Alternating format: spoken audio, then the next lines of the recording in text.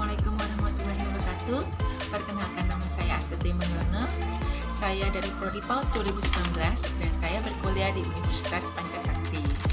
Nah, untuk memenuhi mata kuliah tugas UTS metode pengembangan moral dan agama, saya akan menjelaskan tentang pengaruh tayangan televisi dalam pendidikan anak. Tapi sebelumnya saya ingin mengucapkan terima kasih kepada dosen saya, yaitu Pak Abdul Rahman SPD MPD. Nah, seiring adanya kemajuan teknologi, media televisi mengalami perkembangan yang sangat pesat dan semakin menarik untuk dinikmati, baik dari desain, media, maupun konten media itu sendiri.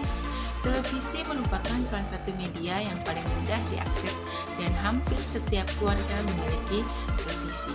Bahkan dengan perkembangan teknologi saat ini, kita dapat menerima siaran televisi melalui telepon seluler atau handphone. Sayang, secara kualitas tayangan yang ditampilkan di televisi saat ini dapat dikatakan sangat minim. Menurut tim TIFA, disebabkan beberapa hal. Yang pertama, industri televisi pada teknologi yang tentunya membutuhkan peralatan yang canggih dan itu membutuhkan biaya yang sangat mahal. Yang kedua, sebagian industri program acara di televisi sengaja dibuat untuk meraih keuntungan.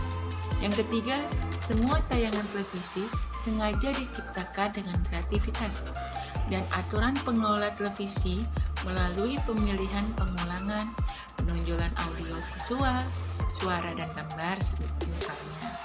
Lalu yang keempat, industri televisi bisa terus berlangsung karena didukung pendapatan dari iklan.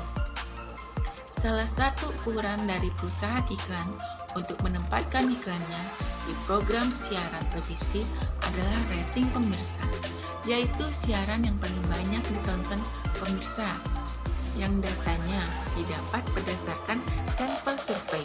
Maka, industri televisi bersaing agar siaran-siarannya memperoleh rating tinggi. Untuk mendapatkan masukan iklan yang banyak, risikonya yang menjadi prioritas adalah program siaran yang diperkirakan menarik untuk ditonton. Siaran yang diperkirakan menarik untuk ditonton adalah tujuannya untuk mendongkrak rating, bukan siaran bermutu yang bermanfaat bagi publik.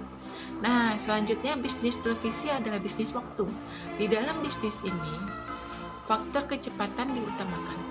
Konsekuensinya, acara-acara yang diproduksinya seperti sinetron, variety show, seringkali sifatnya kejar tayang dan mengabaikan ketepatan informasi serta dampak yang ditimbulkannya. Ini betapa banyak tayangan televisi, terutama sinetron maupun iklan yang tidak mendidik bagi anak-anak.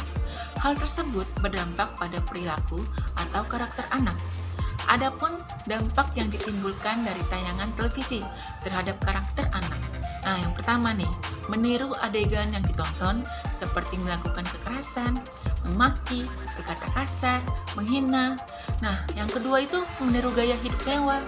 Dan yang ketiga, konsumtif karena mudah terpengaruh rayuan iklan. Dan keempat, tidak empati atau tidak peka saat melihat kekerasan dan kejahatan karena sudah terbiasa menonton kekerasan. Nah, selanjutnya itu anak-anak dan remaja cenderung lebih cepat dewasa seperti mengenal seks dan perselingkuhan. Lalu menghabiskan waktu untuk menonton televisi itu juga kurang baik. Dan anak akan menjadi pasif dan tidak kreatif dan kurang bersosialisasi dengan teman sebayanya. Bahkan gangguan penglihatan akibat warna televisi juga akan berpengaruh sangat besar. Lalu anak juga tidak akan kritis dan kecanduan karena penasaran melihat lanjutan sinetron yang ditonton.